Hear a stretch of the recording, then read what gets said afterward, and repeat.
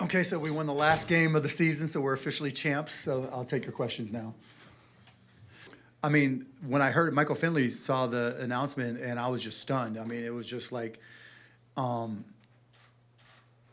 I have this saying, life is half random, and this is the random side, where it takes twists and turns, and this is something out of a movie, and you just don't expect it to happen in real life, but that's the randomness of the world we live in, and so it's stunning, but we are where we are, and we have to be smart in how we respond. We, again, as I just said, you this is people's lives at stake. This isn't about basketball. This isn't about the Mavericks. This isn't about, when do we start, or do we start, or how do we start.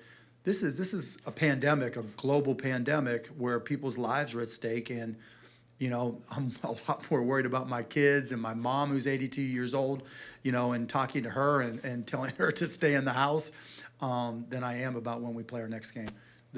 Look, we have a lot of flexibility. I don't want to speak for Adam or the NBA, but in terms of the NBA basketball side of this, we have a lot of flexibility because there's nothing that happens after June 12th when we typically end our season. So, you know, it's more important for us to get it right.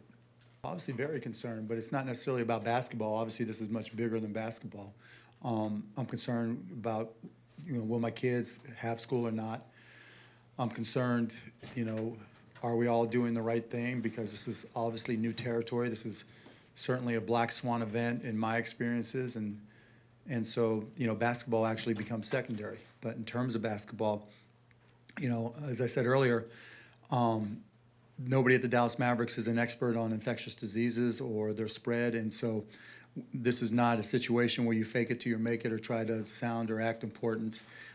The NBA has hired people with expertise in those areas, and they're working with people from the government, and other expert areas, other people with expertise, and so we have to defer to them, and that's exactly what we'll do. And if the NBA, effectively, if one player, two players, whatever it is, already have it, we'll have to act accordingly, and I think the NBA made the right decision.